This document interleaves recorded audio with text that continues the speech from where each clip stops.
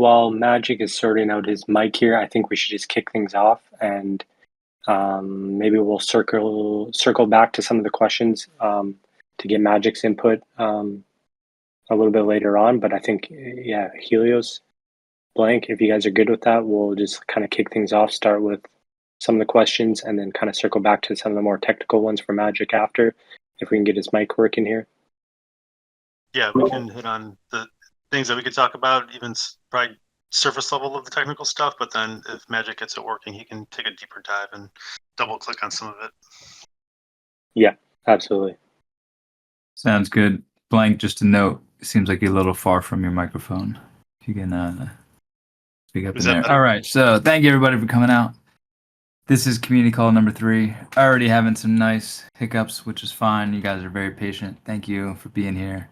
And a bunch of good questions have been laid out, and so got some responses for them. We'll just go through kind of in order. There's definitely been some general questions about marketing as usual, which we'll get to. And some was also saying, who is the one who said this? About partners. Zane, you actually asked a lot of good questions. Thank you for that. Are there any, working with big partners, even if we don't have to say who, and just in general, what's the status of marketing and timing? And, Byron and Blank, what are you guys' remarks on that? Yeah. Okay, I'll kick things off here. And just to kick things off, yeah, thanks everyone for joining here. We just put out our Q1 update, and we included like a nice visual product roadmap. So definitely, if you're new here or new to the Loopring community or just listening to this online, go check go to medium.loopring.io, check out our latest Q1 update. That's going to give you all the latest information around Loopring, what we have going on, what we have coming up for the rest of the year. Our 2 biggest kind of updates going on right now is we just released the Loopring Portal. So that's going to be like a big flagship product for us. It allows you to experience even non-Ethereum tokens. Like we have some Solana tokens on there. We got some BTC tokens on there. And you can experience all of that through the Loopring Portal right from your Ethereum self-custody, which is pretty amazing. It's a very unique product, and it allows you to do that with up to, I believe, 5 times leverage today. So go check that out. Give us your feedback. That's going to be a big one for us. And just this morning, or wherever you are, just a few hours ago, the Hecla testnet from Tyco just got released, and we've already got that out in the Loopring Smart Wallet. So set up your new Tyco wallet, bind your Loopring Layer 2 address, and you're going to be able to get some upcoming Loophead distributions through red packets and qualify for those. So we're going to publish a blog around the 2024 Loophead challenge very shortly here, now that this new testnet is out. So yeah, those are kind of like the latest updates. So check out that Q1 update. But yeah, getting into the questions, sorry for the delay, everyone. But yeah, as Helios asked there, there's been many kind of general questions around marketing, timing, that sort of stuff. And kind of tied together with that is are you guys working with any big partners? You don't have to say who they are. So I'll just kind of I'll get into my thoughts on that here first. So just first off, just so we're all on the same page, I assume that when people are generally asking about when marketing, they're more so kind of asking about bigger paid marketing campaigns, because when are we going to start doing those kind of paid efforts to grow awareness around Loopring? Because we're already doing some marketing efforts, even though they are smaller organic growth efforts, around social media, our referral program to help kind of promote some network effects. We're also doing Loophead competitions and some random podcast and Twitter Spaces appearances. So yeah, we've made kind of those small organic efforts, which I would consider to be marketing efforts. But yeah, I think people are asking more about bigger paid marketing efforts, bigger campaigns, that sort of thing. So yeah, just to kind of set those expectations, set proper expectations so everyone knows what's going on, it's important to understand like a major difference between Loopring as compared to some of the other projects in this space. Loopring issued its token back to the public back in 2017, so it's been like almost 7 years now. And all of the LRC token is now fully circulating, and it's mainly in the hands of the public. So there's no inflation. There's no new tokens that can be created through inflation, and the Loopring Foundation has like a very, very small percentage of these tokens for itself to use to keep building throughout the years and to keep helping to fuel the growth. So compare this to other projects in the space, and like the ones that are doing these super large paid marketing campaigns, most of them have raised like large amounts of VC capital and or are issuing or have issued new tokens, and they've kept a large portion of this token, which they then throw onto the market in large quantities through inflation to help fuel their growth and acquire partners or use them for large marketing campaigns. So there's a big like stark difference there. Like there are pros and cons to both scenarios, but the main takeaway is that like for Loopring, we don't have like a super large treasury like some of these other projects to use for marketing like in this current token model. So just to set proper expectations as far as like big, huge marketing sponsorships and campaigns where some projects are spending like millions in inflated token giveaways to acquire partners and do these sorts of campaigns, you're not going to see like those kind of things from us. Our main focus is on doubling down on our product, making it the best product out there, and letting the product more so speak for itself, and then utilizing as many organic and other low-cost avenues as possible to get the word out, to help start like these network effects, hit like a proper inflection point, and then with a good product, we really believe that this should take over and eventually fuel its growth through these network effects. That said, we are like holding back quite a bit right now on the marketing front. As I've talked about on like previous community calls and reports and questions in the community, like we want to wait until Loopring products like the Smart Wallet, the new Loopring Earn DApp, and other unique products like the new Loopring Portal are widely available and easily accessible to all users on whatever network they're already on, which will be done through our multi-network effort. And then we're really going to push more on the marketing front. For example, like imagine today we go on Bankless podcast and we try to get the word out, and lots of users like what they hear and they want to download the Loopring wallet. And when they do, they realize that they need to have funds on Ethereum layer 1. They have to bridge those funds over to Loopring layer 2, and their funds are already on base, and they don't want to pay all that money to bridge them over just to try out the new portal. There's a lot of friction there, and that friction is going to cause a conversion rate of doing like a big podcast like that to be very, very low.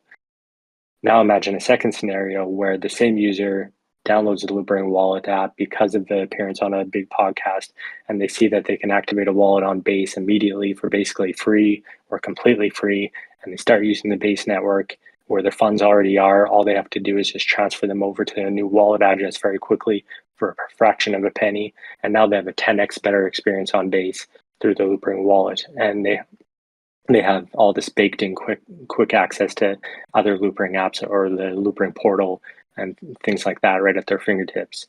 In this scenario, like the conversion rate of a podcast appearance is going to be much, much higher, as there's like way less friction for the end user and a big benefit for them to do so. With like this better user experience, like increased security options for their assets, smart trade agents in the future that are going to be automated and make their trading experience across like all of Base that much better.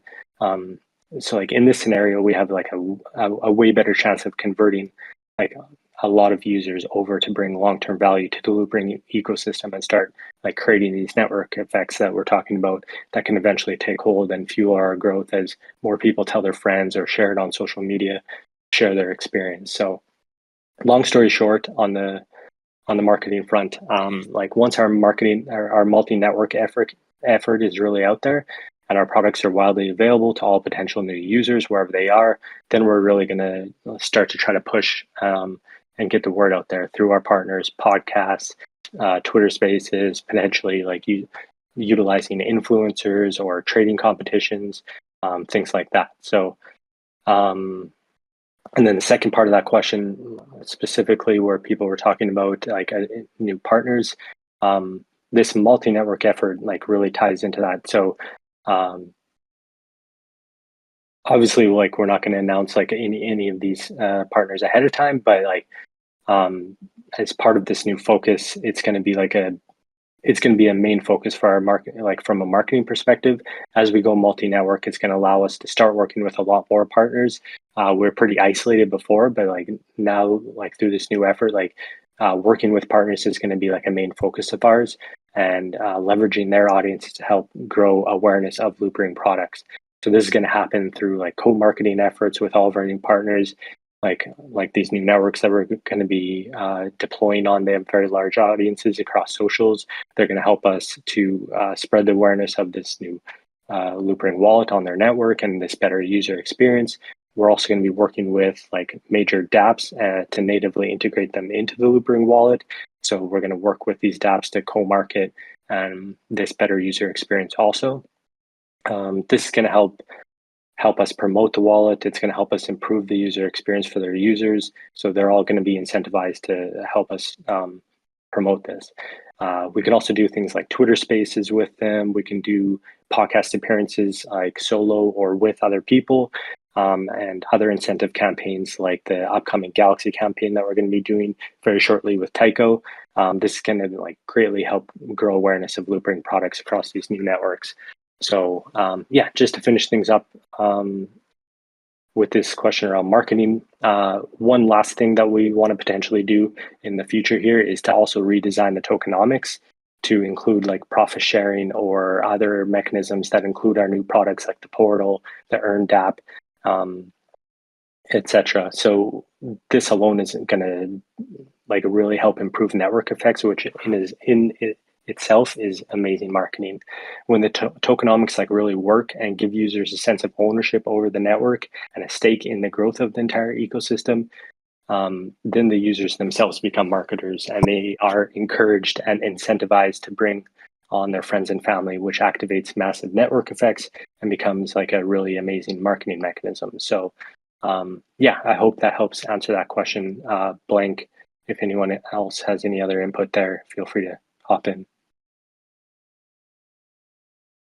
No, I think you kind of hit the nail on the head between the different areas, right? So, I mean, I guess to summarize, or the TLDR on that is, you know, we've got Portal released. We already have plans to optimize it based on user feedback and internal feedback. So, you know, once that's in a more polished state, and then we start rolling into multi-network here soon with the Tycho mainnet and some of the other ones that we're lined up to deploy on, like that just opens up our community base or potential community base, you know, by multiples and multiples. So being able to target all those users at once with one single cohesive wallet, I think it's going to be pretty powerful. And then, as B had mentioned, you know, as we roll out those other networks, working and partnering with them on their top dApps, integrating them natively in the wallet. So it's not just a web browser or a DApp browser that you're going to, but it's like, hey, I want to trade.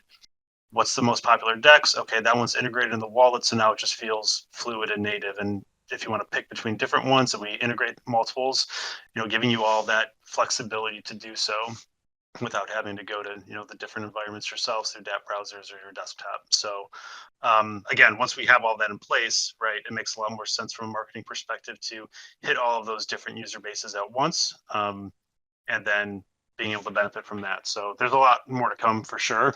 But again, it's just kind of playing the waiting game a little bit as these things come rolling out soon in the next, you know, months and quarters.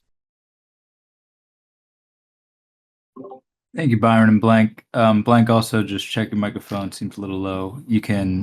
Everybody listening, you can right click on his icon and then increase user volume if it stays low for you. And you mentioned multi-network, and I shared also the timeline that was published recently.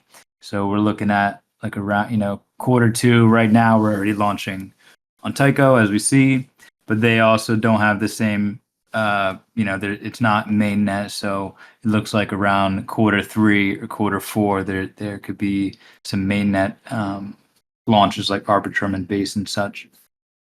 And good point about that in the beginning, Byron, about the token as well, that we're in a different position than a lot of players who have really high inflation, and for better or worse, that's just the situation. So let's move on to the next question. Again, Blank, if you just check your microphone. We got many questions around security. This one's maybe a little more toned to Magic, but perhaps you guys can speak on it. About stages, again, we spoke on this a bit in the last community call about the stages outlined by L2beat, which is being taken up by the community. Very, very good. They got a lot of good ideas there, and about upgradability on the contract, about multi-sig and all this kind of stuff. So where are we at with Loopring as far as it relates to L2beat? Currently, we are in stage 0, and what is the path forward in that regard? I'll speak on that. I don't think Magic's mic is working. Feel free to just jump in, Magic, if at any point your mic gets fixed there. Basically, Magic's shooting me some notes here. So he's still a little bit laggy. Yeah. Anyways, I'll try to speak on behalf of that in the meantime. So basically, like maybe everybody's seen, but Vitalik put out a pretty good post, I think earlier this month, around like the future of Ethereum scaling. Talked a lot about like pushing L2s over the next year or so to get to the next stages, and like really only promoting networks that like improve their stages. So that's going to be like a very important push, not just for us, but for other networks in the Ethereum ecosystem here. We're going to be making a very strong push this year and next year to get eventually up to stage 2. So yeah, that just so everybody knows that is like a big priority for us. We are going to be making that push. We have like spoken with L2beat. We want to kind of get them to fix a few things, like for example, like Magic sent some notes here for stage 0. They claim that we have no source code no source available node exists that can recreate the state from layer 1 data. We believe this to be a wrong statement. We have the Loopring Explorer available to recreate the state from layer 1 data, and the source code is in GitHub. So we're going to further sync like with the L2B team regarding this and like fix that. For stage 1, it requires upgrades executed by actors with more centralized control than a security council to provide more than 7 days for users to exit. If the permissioned operator is down or censoring. So for this one, we are going to be looking at considering a more decentralized ways to have the community involved in the upgrade process. So like we'll share more news on that as soon as we can. And for stage 2, basically it requires like extending the for non-bug related, like major bug related stuff, to be more than 30 days to exit. So we are considering that as well. So we are looking for ways to basically, like I said, get to eventually stage 2. So yeah, we'll share more news on that as soon as we can. Beautiful. Having stage 2 as the goal is really sweet, and it's good that there maybe is some miscommunication happening on the L2beat side as far as being in stage 0. So it's nice that you guys the team is aware of it. They're focusing on it because it's been being brought up for very good reasons by the community. So glad to hear that. The next question we got is from Sky High, actually talking about Tyco's recently releasing their Genesis NFT, and B had mentioned a tweet. He refers to a tweet a while ago about collection under the Moody Brains the Loopheads 1D be the OG NFTs of a larger collection. Wanted to know if that was tied in with either the Tycho Genesis or Tycho Knots, which is from Ordinary Atom and a dev, Cyber Horse. So wanted to know if you could just speak on, what is up with all these collections and that question a little bit. Yeah, absolutely. So yeah, first shout out the Moody Brains Loopheads collection there. Just recently hit 2 million volume over on Loop Exchange. So that's super exciting. Shout out to Loop Exchange. Yeah, so like the original idea for the Loopheads and why we put them under this Moody Brains collection umbrella was so that we could potentially expand that collection one day. So Loopheads is the first, and right now, like we don't have any like official set in stone plans to expand that. As you guys know, like we're only about like I think 5,000 Loopheads out in the market right now, and the total collection is never going to exceed 10,000. But we still have like I think close to half the collection to get out there. So yeah, we're going to keep dropping those. Part of that is going to be the upcoming 2024 Loophead challenge. That blog is going to be released any day now. So we're going to get a lot more Loopheads out there, and we have some like special packs coming as well. So right now, like long story short, the priority is to like get the Loopheads out there. We have some pretty cool, specially designed packs with like some collaborations in the community. So those are going to be cool to share soon. I think some of those are going to be part of the 2024 Loophead challenge. So keep an eye out for that. But yeah, like the Moody Brains collection is expandable. It is possible that we do like some sort of Tycho heads or something else on some other network someday. It was always set up that way, but we don't have anything set in stone right now. Solid. Blank, do you want to add anything onto that? No, I mean, honestly, not really. I think it's kind of just repetitive, but yeah, I mean, obviously we're talking multi-network, we're going to more chains. Those chains have some of them, right? Like if you think about Base, for example, they've got a hot NFT market right now. There's nothing stopping us from doing another collection under the Moody Brains umbrella on Base, for example, or Tycho or whatever. So I think we're very open right now to all of it, and we're just kind of discussing things internally. But yeah, like B said, nothing's set in stone at the moment. Very cool. Thank you, guys. Next question we got is from Farmer, actually. Favorite Farmer. And he's asking about LRC in regards to Portal. Just launched a few days ago. Really hoping LRC is added with ETH and USDT as collateral as the project's token. And Blank had copied some stuff in there. So what's the role of LRC right now? We know that it's a little bit volatile, but also another question I think from Sky High or Zane is about, do we have any analytics that we can share publicly? Like how much is Portal being used? Do we know any stats about it? Where can we see some of that? Yeah, I can hop in there. So yeah, that's been like our initial a lot of people in the community have been asking about when are we going to have LRC as collateral in the Loopring portal. Our initial plan was to launch with LRC as collateral, but we want to really make sure that the risk is well known and that people understand the risk. So yeah, Magic put it into the Discord already. Like he said, putting LRC as collateral will increase the risk of possible liquidation. We are looking to add this in the future, in the near future. But just to kind of expand on what Magic said there, it's first important to remember that with the portal, whatever collateral you post into the portal, your trades that you make are now measured against this collateral.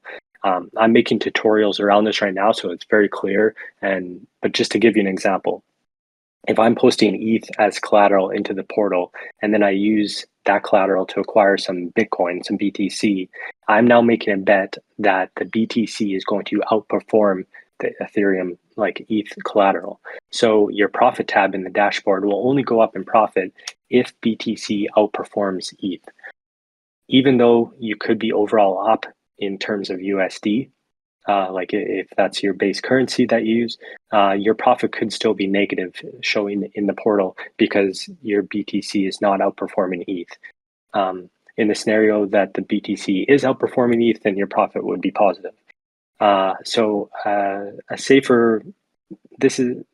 This is a safer trade from a margin perspective, though, because the ETH BTC ratio is not super volatile. So your margin level should stay more stable, as opposed to a meme coin that is maybe super volatile in in price relativity to ETH or US dollars. whichever collateral you post. But yeah, just so everyone understands this, like whatever collateral you post, whatever you trade into or whatever you put on leverage, you're being measured against your collateral. So for example, like if you post LRC as collateral and then you want to trade like some meme coin like WIF or something like that, and like let's say like WIF all of a sudden like hits a top and spikes down and LRC goes up, you're like that ratio of them going apart like that in a big way is gonna like really set you apart and like increase your chance of liquidation a lot. So like everyone just needs to understand these risks, like with different collateral options, but we want to put some tutorials out there and maybe put some guides together so that everybody understands this. And then, yeah, we are looking to add more collateral options. And then as far as like analytics and stuff like that, I don't believe we have any dashboards available today, but yeah, we can definitely look at like kind of sharing more of that in analytical information publicly as soon as possible. I'm just going to read also what Magic is writing out. So we're going to allow LRC as collateral in the near future, but higher volatility tokens can bear smaller collateral factor, just as other lending protocols. So if it's very volatile, you want to keep the leverage down so that it's not at higher risk to get liquidated. If stable coin factor is 1, ETH is 0.9, LRC can be smaller. And by doing so, we can reduce the risk of liquidation. We may also consider allowing some staking tokens as collateral, such as very LSTs like WETH, RETH, all those good wrapped ETH tokens. Okay, cool. It would be cool to see some metrics and to see, some criteria around what's happening and seeing the stats basically, which is something bigger too, as well as maybe this is another question, but going back to the Loopring Explorer and even the NFT markets, just in general, some stats could be helpful. Like there's no holder list that we know publicly of all the Loophead holders, even though it's possible to read it on the chain. We don't have that written anywhere, as opposed to another, but that's like a marketplace thing. Next question we got is how will the browser extension work? And this is coming from browser extension. Sky High again. He is a heavy hitter. How will it act? If so, will the multi-network be applicable also to the browser extension? So how does it work? How does it connect with the browser DApp, which is like MetaMask is a browser? So when we have Loopring Wallet just as a little thing inside of our desktop browser, how does that work? And is it applicable to multi-network? Yeah, absolutely. So yeah, I'll kind of fill in with like Magic's put out some like text answers here. So I'll read some of his off and then I'll expand and reiterate a bit. So Magic wrote like Loopring Wallet extension will work like other well-known wallet extensions like MetaMask or like the Rainbow extension, I believe. Users can imagine it as a subset of today's app wallet. Like we call it a subset because we won't integrate all of the L2 related features into the wallet extension, as we can simply allow users to open a new tab to direct to the Loopring Pro DApp page. And there users can access all of Loopring Layer 2 DeFi related features. For the other part, it'll be just very like the standard Loopring Smart Wallet. So yeah, and then just myself, just to reiterate and expand on that. Like, so yes, the browser extension wallet will be fully functional for multi-network. You'll be able to basically toggle a switch between networks. Essentially, it'll work just like the mobile version of the wallet, and should be very similar user experience, but just be available direct from your web browser. As Magic kind of said there at the start, like we won't like natively integrate like some of the the Pro DApp and things like that, because you can just access it from the web very easily and use your browser wallet. But over time, we may integrate stuff like that natively also. So yeah, anyways, the browser extension, which is on the roadmap, I believe for Q2 or Q3. It'll be very exciting and a big user experience improvement for those that prefer like web-based applications, or perhaps maybe they want to have a second like hot wallet for the web and to keep their mobile wallet for other use cases. That's exciting. I wanted to clarify something too, actually, Byron, about previously in the beginning, we spoke about marketing and, let's say you have someone on the base network, and once we deploy Loopring Wallet there, wouldn't they have to bridge to layer 3 actually, instead of just transferring it over one-to-one? Because if they're on base, they're on layer 2, and if there's the rollup is over there, they're bridging down to layer 3, which will be really cheap as well if transactions on these other L2s are really low. But isn't technically that having to happen? And to tie that into the web, to the browser wallet, it would be a similar thing, right? They're a layer 3 version of these chains that they're on. Is that correct? Just to clarify, like when we deploy Loopring layer 3 on top of these other networks, basically it's going to work kind of just like any other DApp that's on like those networks, except you're going to have to deposit to a smart contract. So basically, like from a user's perspective, like they won't even really realize it's a layer 3. It'll just be super fast and cheap. But it'll kind of just like be a similar user experience to like using like Uniswap on layer 2. But it'll be like Loopring Portal on layer 3 or Loopring ERN on layer 3.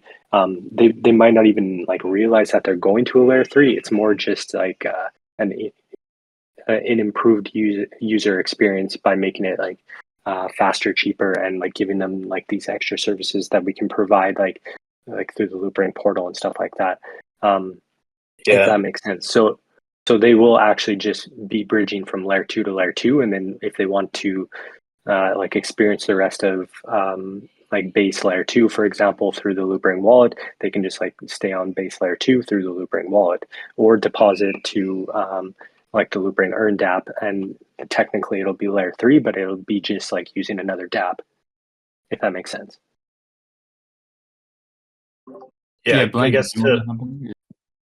guess just to like make it super clear and dumb things down a little bit, right? Like when we think of Loopring L2, you've got all the sweet DeFi products we have, but you also have just like transfer from Loopring L2 to another Loopring L2 wallet and things like that. So what we're talking about when we go multi-network is, let's use Base for an example.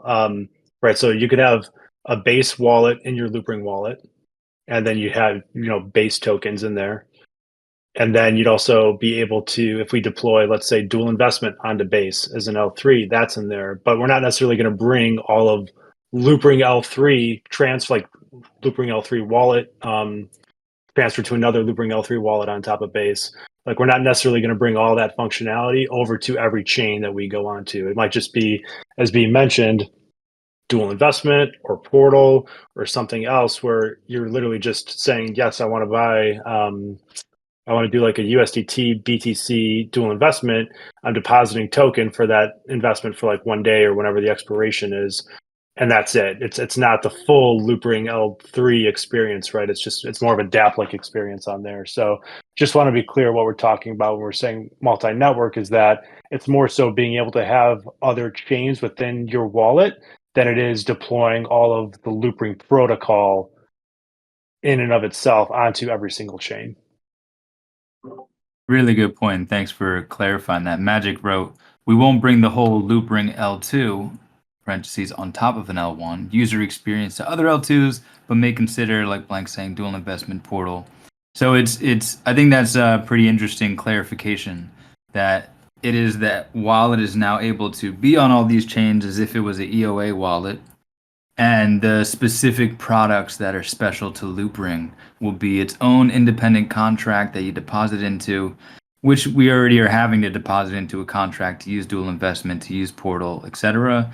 And that product will be on layer 3, receiving the benefit of extremely low transactions being a layer 3. So thank you for that. That's actually pretty cool. Okay, so let's funding of incoming. Okay. Anyone else have anything to say on that? I think we can move on. I'm glad we got some clarity on that. I The mean, yeah, next, just yeah. to reiterate one more time.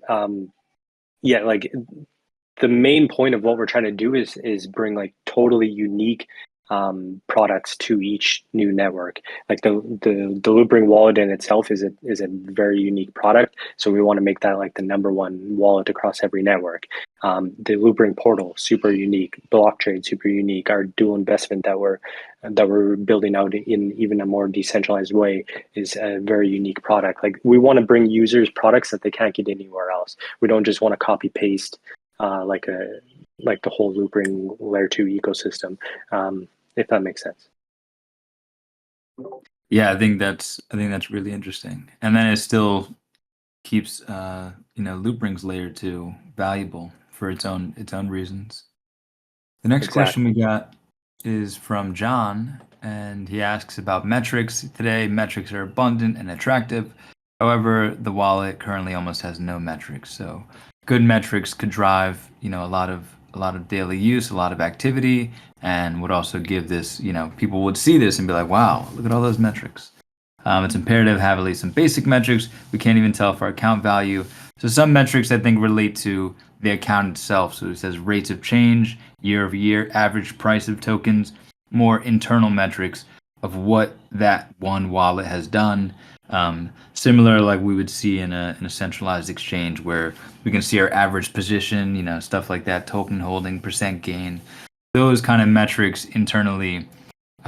What is the roadmap for that, and what is the view on internal metrics inside of the app for the wallet owner? Yeah, I can respond to that. So yeah, Magic wrote out an answer here, so I'll read that off, and then let's see. So yeah, he wrote, I think one good example of this is how DBank or like the Ravi wallet extension works. They provide asset change metrics per time access. Adding such metrics can enhance the user experience while it also requires non-trivial effort on our end to implement it properly. First of all, we need to integrate the major DeFi protocols on the supported networks, because when users subscribe to certain DeFi protocols, for sure they're going to expect that assets can be counted properly. Using a simple AMM LP subscription example, we will need to be able to calculate the value of the LP in the time access. We also need to know the rewards collected. So even for a user that's just holding token assets, we will also need to track the balance change events for the user's accounts and track the price changes in the time access. Only once all of these like metrics are available to us, a reasonable like asset-based metrics can be drawn up properly and put into the wallet, basically. So for sure, like over time, we're going to gradually add a lot more of these, but right now it's basically just like a priority and resource issue. So yeah, just to clarify, like there's a lot more on this front that we want to do. It's just like a priority and resource issue at this point, but you'll see us gradually roll these out over time. Yeah, I think so. Yeah, I agree with all of that. I think when we're talking about these things, some of these are I'd call them more in-depth metrics, but I think we also could do more on basic metrics, right? So if you're looking at your asset page, just seeing like the 24-hour change per token, if you're interested in just getting a quick overview of where those tokens have done or how they've done over the past 24 hours. If you look at Rainbow or Family or almost every other wallet, right, there's that information right on the asset page, so you have a quick overview of what's going on. So those could be like easy wins because it's not anything in depth. We're not trying to calculate purchase date, acquisition date, or anything like that. It's literally just 24-hour percent change. So that could be an easy one. And then also I saw in John's question, part 2, you got a base currency for the wallet, which we already have set, right? Because you can pick your currency in the settings. And then being able to look at, all your whether it's trading fees or whether it's transfer fees or whatever, not only in the token amount that you're using, but also the fiat equivalent of it. I think that's a good way to get more users comfortable coming from non-crypto worlds. So a Web2 user being able to quickly see, oh, this thing's only going to cost me 5 cents to send, even though it's 0.000001 ETH or whatever it's going to be. So just making things more intuitive, I'll say, for people that aren't as savvy as some of the more advanced crypto users out there. So I think there's different levels and stages of analytics, if you want to call everything analytics, that we could introduce into the wallet to kind of accommodate all those different types of users. And just quick shout out to Blank because he is working behind the scenes like with our UI UX team, and he's like really pushing to get like a lot of these metrics and changes into the app, and working with the team to like build out like the best practices for these and really cool design. So yeah, shout out to the back end team and shout out to Blank for helping coordinate all this. Very nice, thank you, Blank and B. We're going to get into the next question here by LRC2 Moon. I'm wondering if you have planned to implement price alerts, similar like you have it on Binance, like some price went up, some price went down. I think this is kind of what was just spoken about as well, but other, besides just analytics, some alerts, like I know CoinMarketCap has an app, and you could even set like, if ETH goes below this price, let me know, give me a ping. Is that something that would want to be incorporated in the wallet at some point?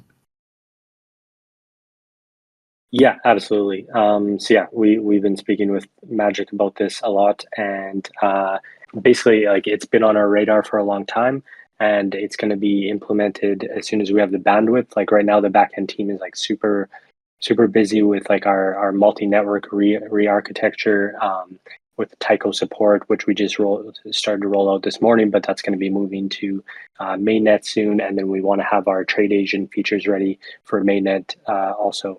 And then we're doing like a huge React native re-architecture also. So there's just a lot that the team is super busy with. But the price alert feature and like a lot of these other like metrics and stuff like that are definitely on our radar, and we're going to roll them out as soon as we have the bandwidth to do so. And then just like one other quick shout out, like the community's been amazing on this stuff. Like just like thank you so much for like always like putting these suggestions and comments into the Discord and on Reddit and all these different places, because like we take this feedback super seriously, and like a lot of this stuff we try to implement as soon as we can if it's in high demand. So yeah, keep this kind of stuff coming. We love it, and it helps us a lot to like set our roadmap for the future. Beautiful. The next question is coming from Frankie Boy, and he's saying, are there any short or long-term plans to add support for EOA wallets, externally owned accounts, addresses to the Loopring app? Additionally, is there any idea for adding external hardware signing? So like having a Trezor or Ledger be able to sign hardware in the phone. It seems like it could be a lot, may not be, because they have a lot of SDKs for it. So what is support basically of EOA? I think there's two questions around this. Yeah. So Magic wrote out some answers here too. I think there's some stuff maybe he's adding to it in the comments there too. Maybe if Helios wants to grab those after. But I'll read what he wrote here. So as far as like EOA support, we've been discussing this for quite a while, and we've been seriously discussing whether we need to add EOA support. And if the answer is yes, how do we add that EOA support? So the short answer is yes, we do plan to add EOA support to the wallet. And once we have created a good user experience for the smart wallet, then we can extend this user experience to the EOA wallet. Then the EOA wallet and the smart wallet can kind of coexist in a great way. For users who want to take advantage of the smartness features from the smart wallet, they can create a smart wallet that binds with the EOA wallet. In other words, the EOA wallet and the smart wallet should be like bundled or binded together. the EOA wallet actually becomes the owner of the smart wallet, and the smart wallet supplies the additional intelligence to help the user trade and invest smartly. For example, like using the trade agent features. So yeah, just to add and expand on that from my end, I think this is going to be a huge addition to the Loopring wallet. When we onboard like the world to crypto, not everybody is going to want to be an active trader or investor. Some people are just going to want to buy and hold. A good secure smart wallet with lots of security built in will be a great option for that type of user. But on the other side, there's also a lot of very active users in crypto who need a more kind of hot style wallet that can be easily deployed across many networks, bridge funds back and forth, trade all over the place, interact with many dApps. An EOA style wallet might be a better fit for this type of user, at least for their active funds. And then they can take this EOA wallet and add some smartness to it, like Magic mentioned, like add on a smart contract basically, and the EOA wallet becomes the owner of that smart contract.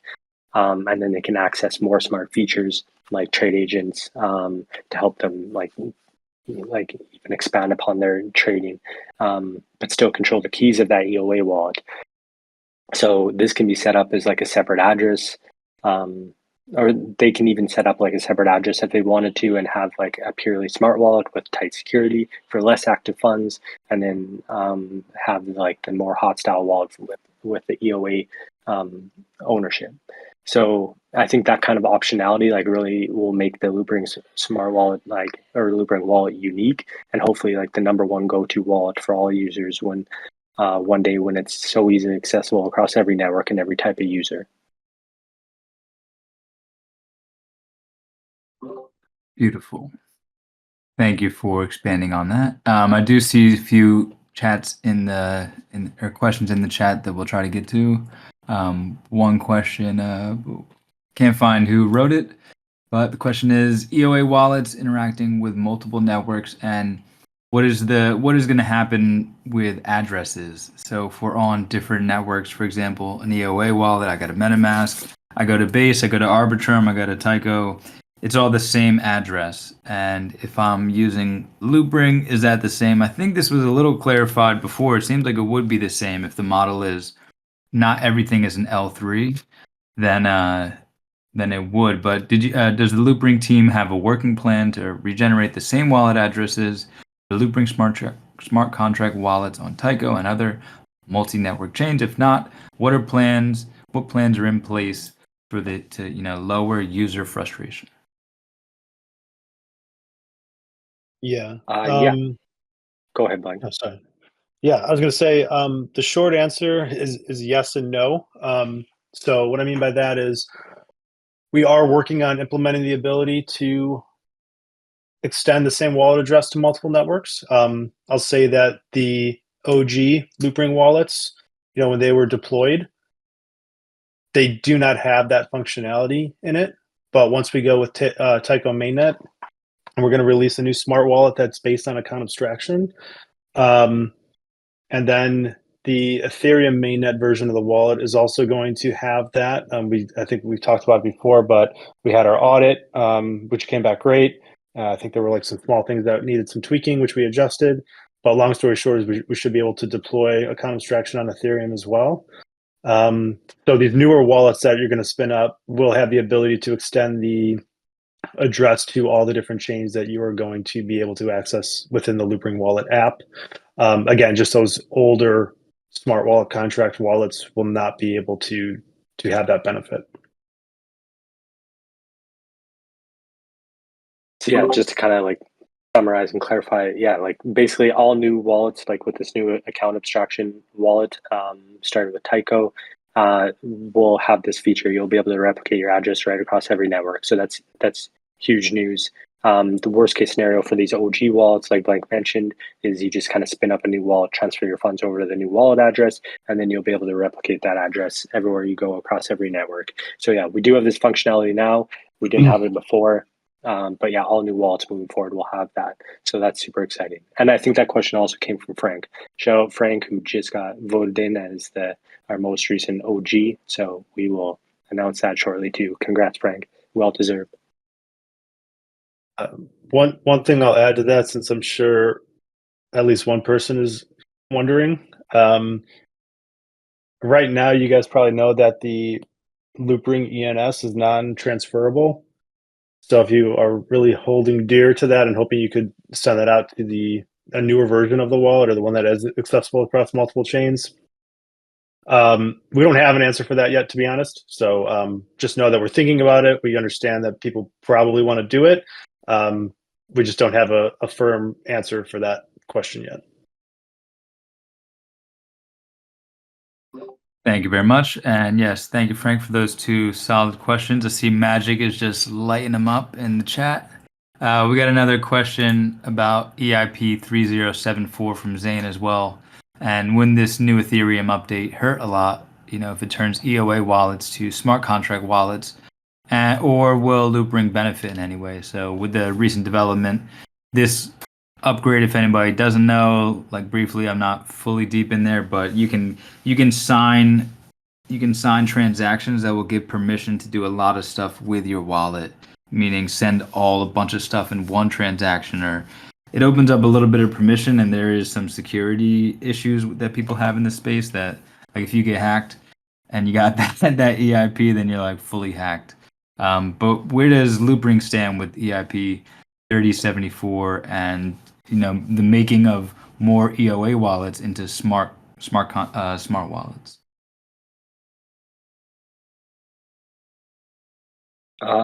Yeah, I can try to speak to that. Magic wrote some stuff out here as well. Maybe Blank can better expand on this. I'm not sure, but just to kind of summarize, we do have plans to support the EOA wallet, which we just talked about. So all the features developed around EIP 4844 and the extended smart contract features, like the trade agent feature, we will try to create like a similar user experience for the EOA wallet directly with the new EIP 3074. So in other words, both these EIPs actually improve the Loopring ecosystem. So the EIP 4844 helps with the smart wallet, and the EIP 3074 is going to help with extending our EOA wallet, which we plan to support. So yeah, all this stuff is going to work together and actually help all of our current progress and accumulation that we've been building. It's just going to make it better. So yeah, it benefits us. It does not hurt us. Very good. Very good to know. Another question from John. Since we're trading leverage cash, having stop losses and automated trading bots integrated would be great. In regards to Portal, yes. Will trading bots or notifications be coming to the portal? Stop losses, OCO orders, grid trading, things to help with better trading as far as Portal, or are the trading bots outside of the portal, outside of the leverage environment?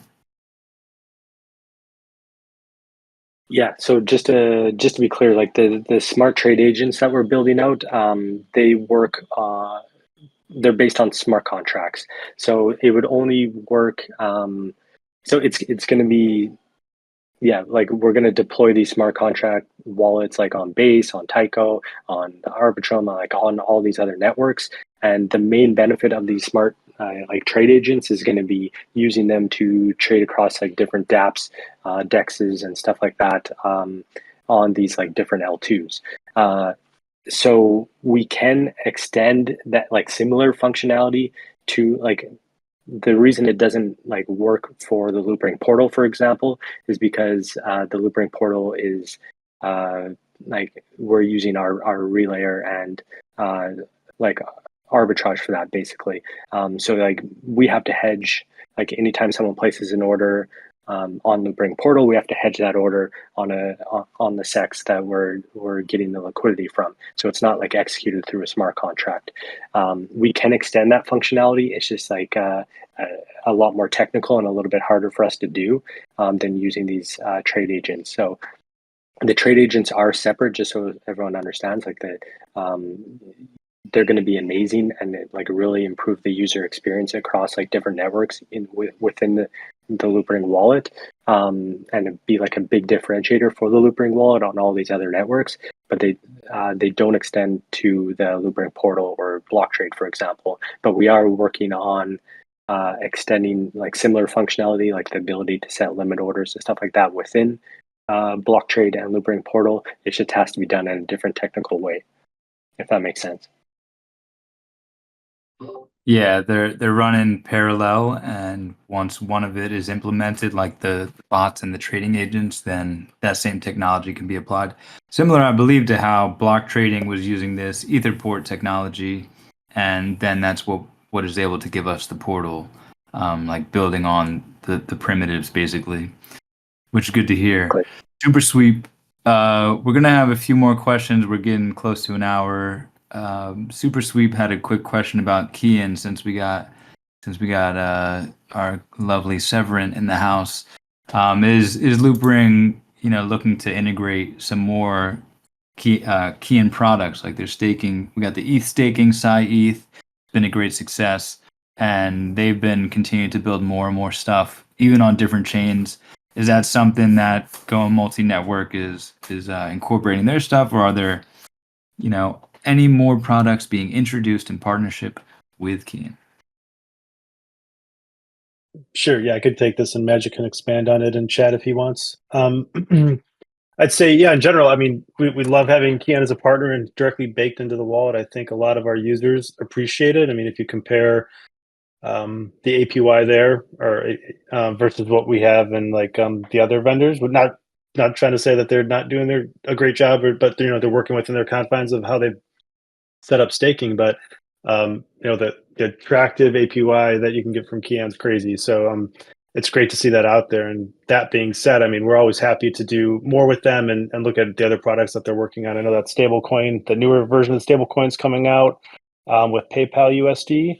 So, we're talking right now about giving our users the option to still use, USDC, USDT through Loopring, and then, we could do that conversion and invest into the vault or deposit into the vault, and then give back the user the correct staked version of that ETH or the stablecoin. So, I mean, there's definitely things that we're talking about and working on, and we're happy to extend it out to the other vaults. I think now that we have the one in place and it's working well, we kind of already have a solid foundation around it. So doing it for others should be, I wouldn't say trivial, but it's, we got most of the legwork done already. So that's talking about the Ethereum version, or what's available through CIAN through Ethereum. And yeah, as we extend to other networks, whether it's Arbitrum or what have you, whatever vaults they have on there, if we see there's a demand for it, that could be another obvious native integration that we have in the wallet. So as we're talking about those different dApps and providers that we want to have natively baked in, that's an obvious one that's a quick win for us, if you will, in order to integrate into the wallet. So definitely more to come there. Like I said, they've been a great partner so far. So we're looking forward to it. Very cool.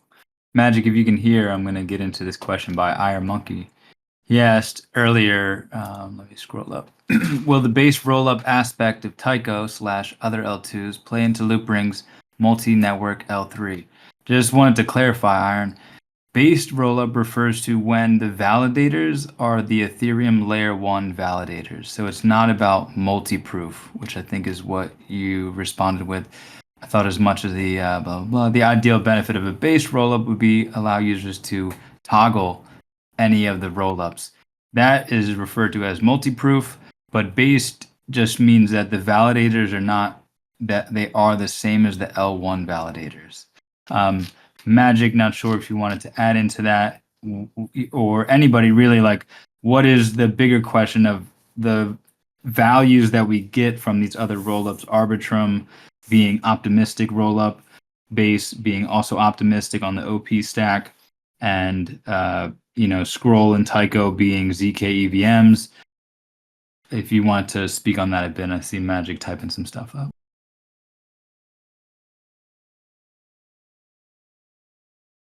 Yeah, I think like Magic is responding to some of that in the chat. Like maybe if someone wants to read it off later, but like just my thoughts on that. And I think Magic just wrote there. Like we like from our perspective, like we're pretty neutral on like whoever the underlying layer is. Like we can deploy Loopring Layer 3 on top of any of these networks. And the great thing is, like whichever one of these networks is successful, we can be we can be there like with our products, with our wallet to enjoying that success and like bring on their users and give them the best user experience possible and access to these unique products. If that helps answer it in any way. Yeah, thank you, Byron. So, Iron, basically, whatever is going on in those other chains, then Loopring just inherits all of that, and it just becomes a very specialized wallet option on that chain. So Magic writes, Loopring as a layer 3 can build on any EVM compatible layer 2, even Binance Smart Chain. So if it's optimistic, OP, zero knowledge, or BCR, which is the multi-prover rollup, it's all good basically. So whatever benefits those rollups have and peculiar, specialties and optimizations that those rollups have, then they kind of trickle down to the layer 3.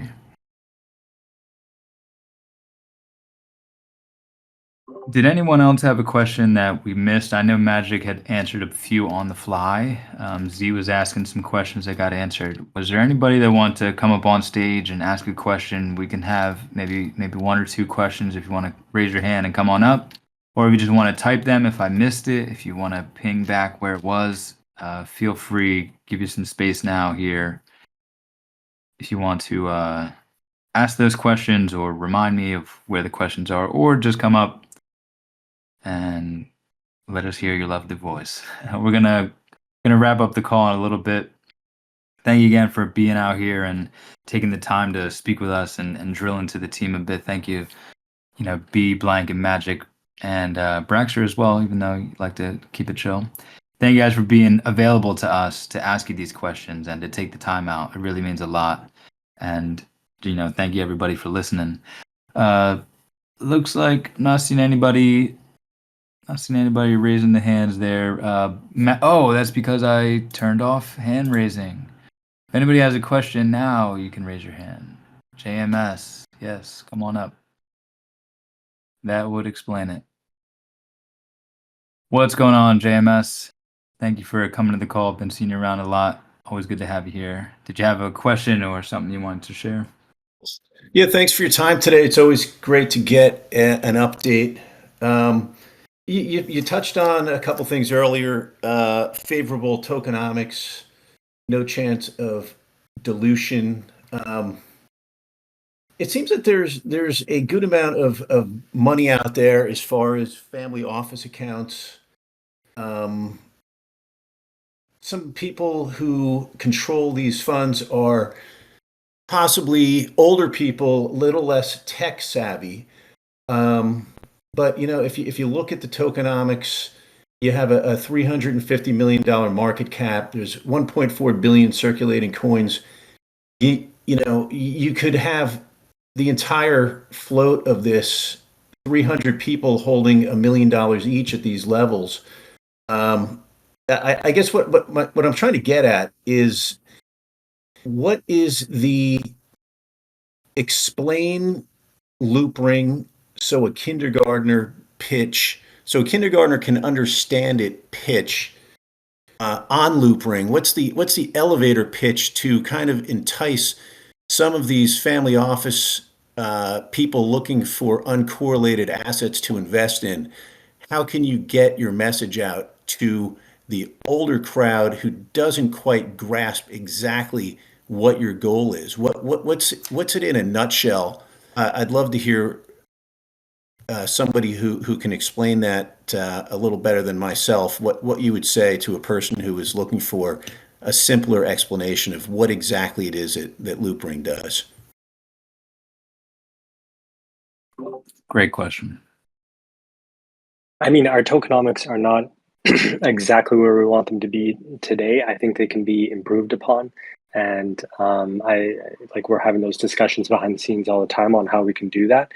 But I like the long-term goal for LRC is to make it a very high utility token, but that basically represents like a piece of the Loopring ecosystem. So to own LRC is to own like a piece of the Loopring ecosystem, and then everybody has ownership and has the ability to help grow the network and experience the rewards of the growth of that network. So like, just to be clear, like the token is not in our control. It's like mainly circulating. Like we're like the Loopring Foundation is just like a piece of a large ecosystem. But like also like there are like you kind of touched on, there's some favorable like tokenomics, like as it stands, is that there are no ability to like create more LRC tokens. So like everything's out there. There's no like massive inflation cliffs coming or anything like that.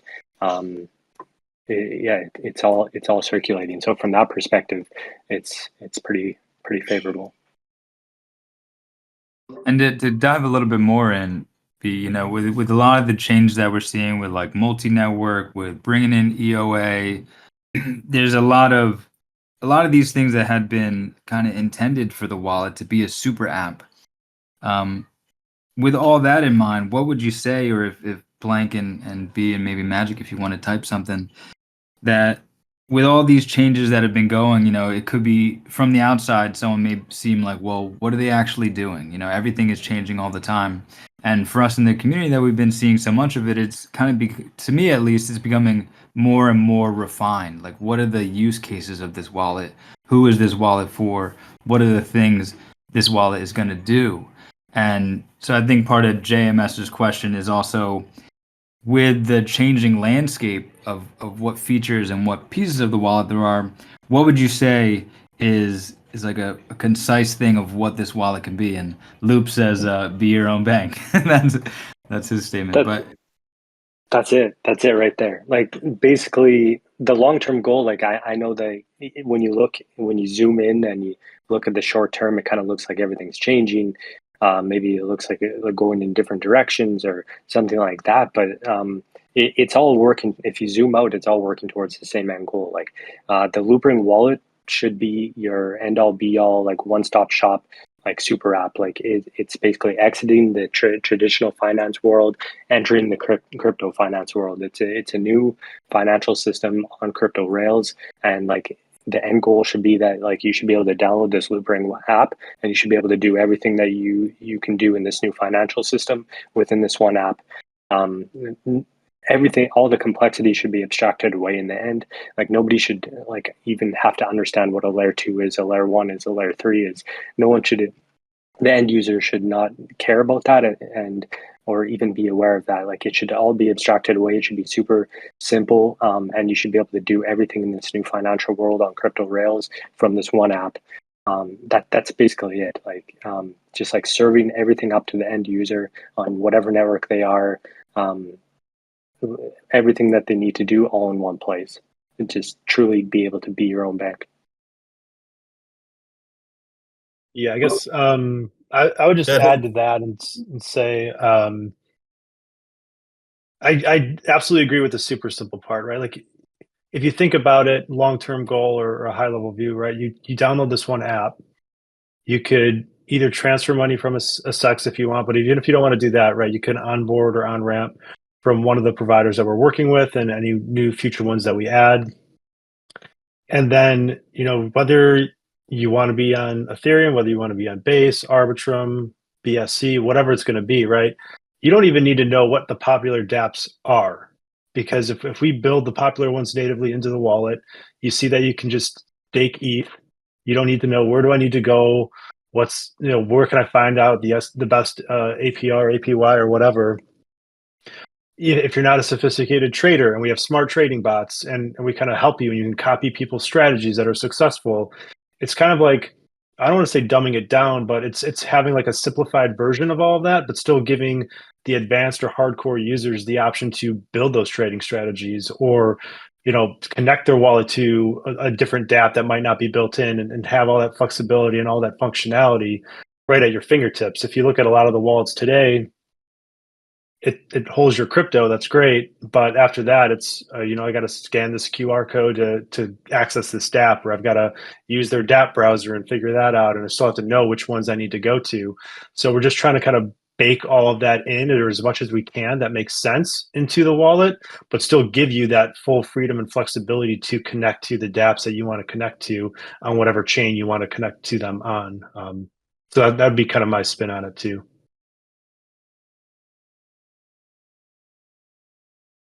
Helpful. Thanks, guys. Thank you, Thanks for the JMS, for question. coming up. Okay, FM, did you want to hop up here, final? Could be the last one, if not. If not, all right. All right, so I think we could end that on a high note. Very good rounded question, guys. Thank you all for also sharing. Oh, one more question. Any for the holy hell?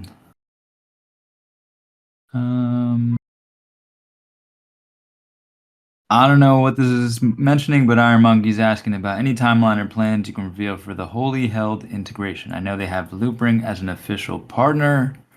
FAQ plus have an SDK wallet integrated directly in their smart contract. I think crypto card would be really elevated. The whole basically like a crypto card where you can have a debit card that's using your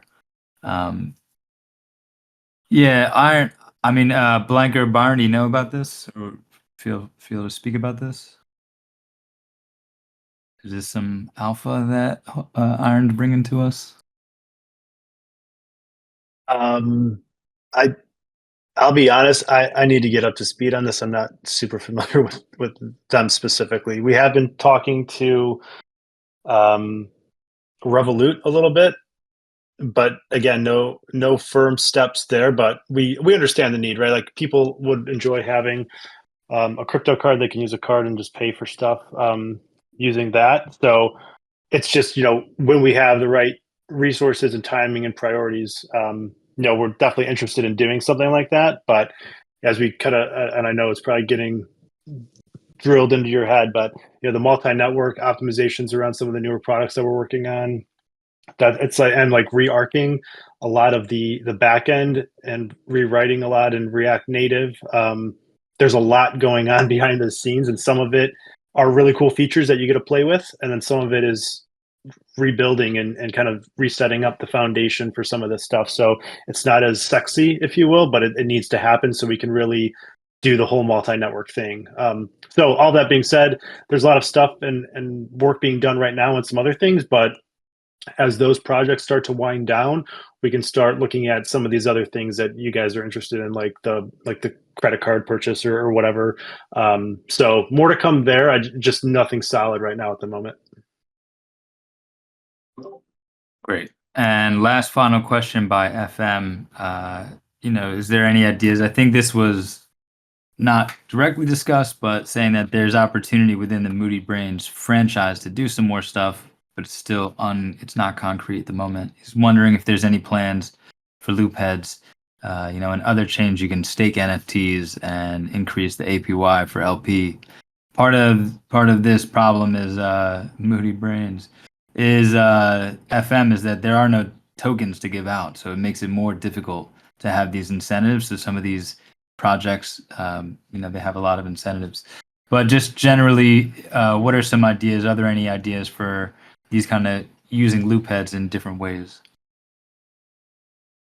Yeah, just to touch on that a bit, like we do have some utility and other like incentives that we are working on behind the scenes for Loopheads or Moody Brains.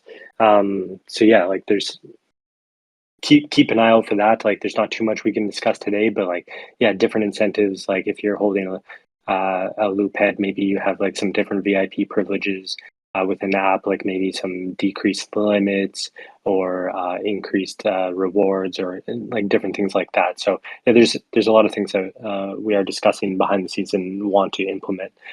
So yeah, join the Loophead Club. Amazing. And if you do have a Loophead, you can go to Collabland join the one channel. And it's sometimes a little shaky, but just keep on trying because you're strong. And you keep on trying and you'll link it up and you'll be able to see the club chat and the club forum we got over there. As well, there's a few more days left to buy a raffle ticket if you want for the Tycho Genesis NFT. They're gonna give out 150 of their NFTs to Loophead holders. So I wrote a tutorial. It's in the Loopheads Club chat, which is public, which you're allowed to go check out. And all right, so I think we should. Yes, Hecla, thank you. I say let's close the call. Thank you, Byron, coming up. Blank, Magic, you're here with us. Typing wise, thank you for spending your time. Braxer, for your presence. I want to thank everybody on the call. If you're listening to this later on as well, thank you very much for coming out. My name is Helios. I'll be around LPT. Byron and Blank, did you have any final words you want to make? Yeah, just a big shout out and thanks again for everyone that comes out to these community calls. It's amazing just to see all of your avatar faces and just hear your feedback. It goes a long way. It helps us to really develop our roadmap for the future and make the adjustments that we need to make. So like we really, really appreciate all of you. Yeah, just echoing that. Definitely appreciate you guys coming out and hitting us up in chat with all the different suggestions or thoughts that you guys have. I know some of them are more serious and advanced, like talking about the stage 1, the 0, 1, and 2, and some of them are, hey, it'd be cool to see, this little thing in the app too, that we'd like to see. So we appreciate all of those, and we actually, no joke, we have them all jotted down. It's again just priorities, but we are keeping a running list of things that we want to work on, and a lot of it comes from you guys. So definitely appreciate all the feedback that you guys give us and all the support along the way. So thanks. Thank you, everybody. We will see you next time. Thanks, all. See you.